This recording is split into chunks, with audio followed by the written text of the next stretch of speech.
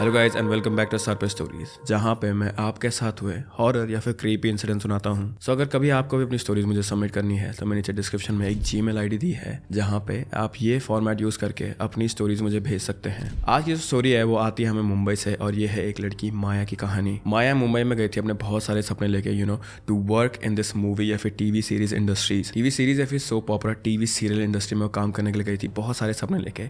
And she wanted to be not an actor या फिर actresses या फिर कोई ऐसा प्रॉपर कैमरे वाला role. She wanted to be a set designer. तो बैक स्टेज बैक सीन्स में रह के बहुत सारा काम करना चाहती थी, अपना पैशन दिखाना चाहती थी इस इंडस्ट्री के लिए। लेकिन वहाँ पे जो उससे मिला, इस इंडस्ट्री से जो उससे मिला, वो बहुत ही ज़्यादा दर्दनाक और काइंड ऑफ स्कारिंग होने वाला था उसके लिए, क्योंकि ये इंसिडेंट उसके साथ हुआ था एक टीवी सीरियल सेट पे काम करते हुए।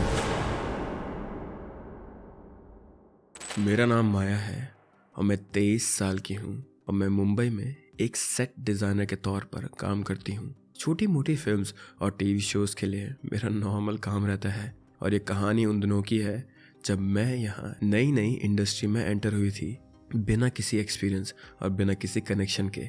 मुंबई एक सपनों का शहर ज़रूर है, लेकिन ये सपने मिलते बहुत कम लोगों को हैं। मैं जब पहली बार यहाँ आई थी तो मेरा ये बस एक सपना था कि मैं फिल्म्स के लिए काम करूँ, बड़े बड़े सेट्स डिज़ाइन करूँ। लेकिन शुरुआत आसान नहीं थी। मुझे अनपेड इंटर्नशिप्स मिला करती थी और कभी कभी तो मुझे खुद का पैसा लगाना पड़ता था, वो भी सिर्फ काम सीखने के लिए। लेकिन मुझे अपने सपने के लिए इतनी मेहनत करनी ही थी, so I did not mind it. लेकिन लाइफ मुंबई में बहुत ज़्यादा हेक्टिक हो जाती थी and I really wanted to focus on myself. So इसीलिए मैं हमेशा लगातार जिम जाया भी करती थी। तो ऐसे ही एक दिन मेरी लाइफ ने थोड़ा सा अनएक्सपेक्टेड टर्न ले लिया था। मैं अपने जिम में थी, अपना यूजुअल वर्कआउट कर रही थी, जब एक आदमी मुझे देखता हुआ पास आया। वो मिडिल एज था, नॉर्मल जिम वेयर में, पर उसका ऑरा बहुत ही ज़्यादा अलग था। उसने मेरे पास आके कैजुअली बोला, तुम काफ़ी डेडिकेटेड लगती हो, तुम करती क्या हो? Now I felt at this point that he was just like some other guys, जो कि लड़की देखते ही शुरू हो जाते हैं जिम में लाइन मारने के लिए। But the sincerity in his voice set him apart. तो मैं थोड़ा हेजिटेंट थी, पर मैंने जवाब दिया कि मैं सेट डिज़ाइनिंग करती हूँ फिल्म्स के लिए, पर फिलहाल मैं अनपेड प्रोजेक्ट्स ही कर रही हूँ।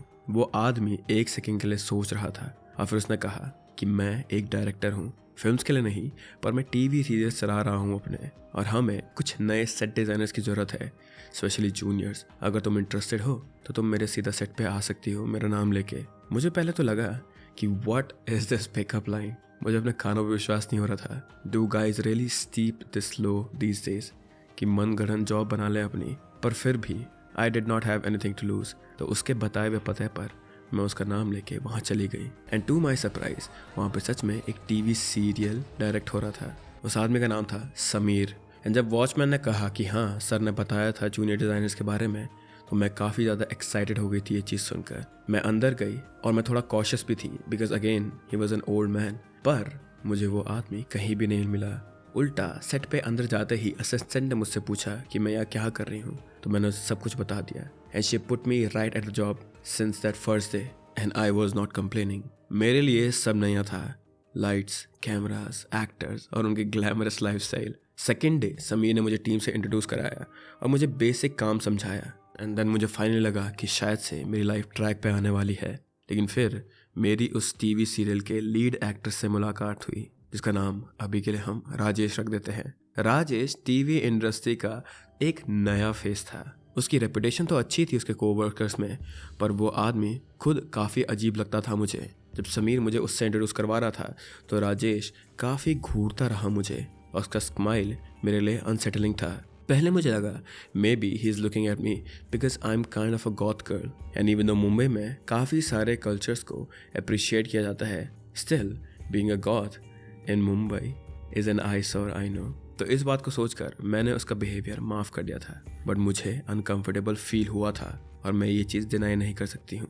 पहले कुछ दिन तो सेट्स पर नॉर्मल बीत रहे थे। मैं अपना काम करती थी और किसी से ज़्यादा बात नहीं करती थी। मेरे वहाँ पे दोस्त तो बन गए थे, लेकिन again I kept my distance from most of them, क्योंकि मुझे इस इंडस्ट्री के बारे में पता है। लेकिन मुझे हमेशा ऐसा लगता था कि राजेश हर वक्त मुझे ऑब्जर्व करता रहता था। मुझे लगता था कि वो कहीं से भी आ जाता था बिना किसी रीज़न के मुझसे बात करने के लिए। And at first I did not understand that is he trying to hit on me और नॉट, क्योंकि मैं सिर्फ एक नॉर्मल सेट डिज़ाइनर हूँ and the actresses in that TV serial was very pretty, so why isn't he hitting on her. पर फिर मुझे लगा कि शायद से मैं ज़्यादा ही उड़ रही हूँ, तो मैं भी उससे नॉर्मली बात करती रही। एक रात की बात थी, मैं अपना काम ख़त्म करके अपना बैग पैक कर रही थी। सेट पर सभी लोग चले गए थे, सिर्फ मैं और राजेश वहाँ बचे थे और मुझे लगा कि वो भी अपने डायलॉग्स प्रैक्टिस कर रहा होगा। पर फिर मैंने देखा कि वो मुझे डायरेक्टली देख रहा था। आज तुम बहुत लेट तक रुकी हो, राजेश ने मुझसे पूछा। और मैं थोड़ा सा नर्वस हो गई थी उस समय पर, और मैंने कहा कि हाँ, काम ज़्यादा है। To be honest I don't remember what I said at that point, पर ऐसा ही कुछ लाइन में मैंने कहा था। Then he said to me कि तुम्हें अकेले डर नहीं लगता क्या? टू विच आई रिप्लाई कि नहीं, मुझे अब इस चीज़ की आदत सी हो गई है। पर उसकी टोन और उसका तरीका मुझे काफ़ी वियर्ड लगा था और मैं जल्दी वहाँ से निकलना चाहती थी। एक दिन लंच ब्रेक के दौरान राजेश मेरे पास आया और बिना इनविटेशन के मेरे टेबल पर बैठ गया। उसने रैंडम बातें करना शुरू कर दी थी, जैसे कि मैं मुंबई में कहाँ रहती हूँ, मेरी फैमिली के बारे में पूछने लगा वो, और मैं कब से सेट डिज़ाइनिंग में इंटरेस्टेड हूँ। उसका टोन फ्रेंडली था, पर मुझे एक अजीब सी वाइब आ रही थी उससे। फिर उसने डायरेक्टली मुझसे पूछ लिया, तुम्हें एक दिन मुझे अपने डिज़ाइन के आइडियाज़ दिखाने चाहिए, शायद मैं अपने प्रोजेक्ट में तुम्हें रिकमेंड कर दूँ। मैं बस पोलाइटली स्माइल करती रही, और मैं कर भी क्या सकती थी, पर अंदर से मुझे बहुत डिस्कम्फर्ट फील हो रहा था। उसकी नज़र मेरी आंखों से हट ही नहीं रही थी, and I knew he was checking me out at other parts also. एक रात मैं घर पर ही थी और मुझे एक अननोन नंबर से कॉल आया। मैंने फ़ोन उठाया और वो राजेश ही था। मैंने तुम्हें डिस्टर्ब तो नहीं किया ना माया? उसने मुझसे पूछा, और मुझे लगा कि शायद से कुछ इंपॉर्टेंट बात होगी, तो इसीलिए मैंने उससे कहा कि नहीं, बोलिए, क्या काम है आपको? बस तुमसे बात करनी थी मुझे, तुम मुझे काफ़ी इंटरेस्टिंग लगती हो, तुम्हारे बारे में मैं और जानना चाहता हूँ। Should we go on a dinner और समथिंग? ये मेरा पर्सनल नंबर आपको कैसे मिल गया? मैंने उससे पूछा, because that thing really freaked me out. और उसने बस बहाना बनाते हुए कहा कि मैंने टीम में किसी से मांग लिया था, तुम्हें कोई प्रॉब्लम है क्या? ये सुनते ही मैंने तुरंत फ़ोन कट कर दिया था, पर उसके बाद मुझे बार बार कॉल आने लगे थे, और सिर्फ एक ही नंबर से नहीं बल्कि अलग अलग नंबर से। मैं इतना डर गई थी कि मैंने फ़ोन स्विच ऑफ कर दिया था, and somehow I went to sleep. अगले दिन मैं समीर के पास गई और उसे सारी बात बता दी मैंने। समीर शॉक था, पर उसने कहा मैं इसे हैंडल कर लूँगा। And that day Rajesh did not talk to me, तो मुझे लगा सब कुछ ठीक हो गया होगा शायद से। अगले कुछ दिन तक मैं नॉर्मल ही काम करती रही, लेकिन ठीक एक हफ्ते बाद आई नोटिस्ड कि मेरे बाकी सारे सेट डिज़ाइनर्स जो मेरे साथ काम करते थे, वो मेरी तरफ बड़े अजीब सा बर्ताव कर रहे थे, being unusually harsh on me, telling me more work to do when it was not my work, and again just putting my life in misery. पर मैंने इस बात को नज़रअंदाज कर दिया था, ये सोचकर कि शायद से मूवी लाइन में या फिर टीवी सीरियल लाइन में ऐसा ही होता है। पर ये चीज़ बद से बदतर होती गई। अब सिर्फ मेरे डिज़ाइन वाले ही नहीं, बल्कि और लोग भी मुझसे बुरी तरह से बर्ताव कर रहे थे। यहाँ तक कि स्पॉट बॉय जो मुझे दीदी बुलाया करता था, वो भी अब मुझसे एक तरह से नफरत करने लगा था। मैं समझ गई थी कि यहाँ क्या हो रहा है।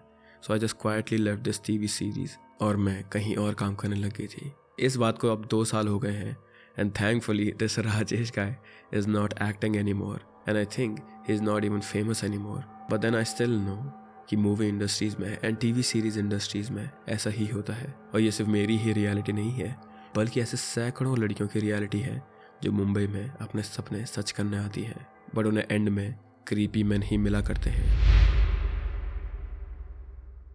Well, that was it for today's video, and अगर आपको ये वीडियो अच्छी लगी then please like this video. Again, this year I'm aiming for 1 million subscribers on this channel, so subscribe अगर तुम लोग को ऐसी स्टोरीज पसंद आती हैं तो। And yeah, again guys, अगर तुम लोग को अपनी स्टोरीज मुझे भेजनी है तो अपने नाम के साथ नीचे दिए गए डिस्क्रिप्शन में दिए गए Gmail ID पे अपनी मुझे स्टोरीज भेजिए। अगेन प्लीज़ अपना नाम भी इंक्लूड करो स्टोरीज में, क्योंकि मैं तुम लोग को फिर क्रेडिट भी दे सकता हूँ। But with that I hope that you guys are happy and healthy, एंड मैं मिलता हूँ तुम लोगों से अब अगले हफ्ते। Bye bye.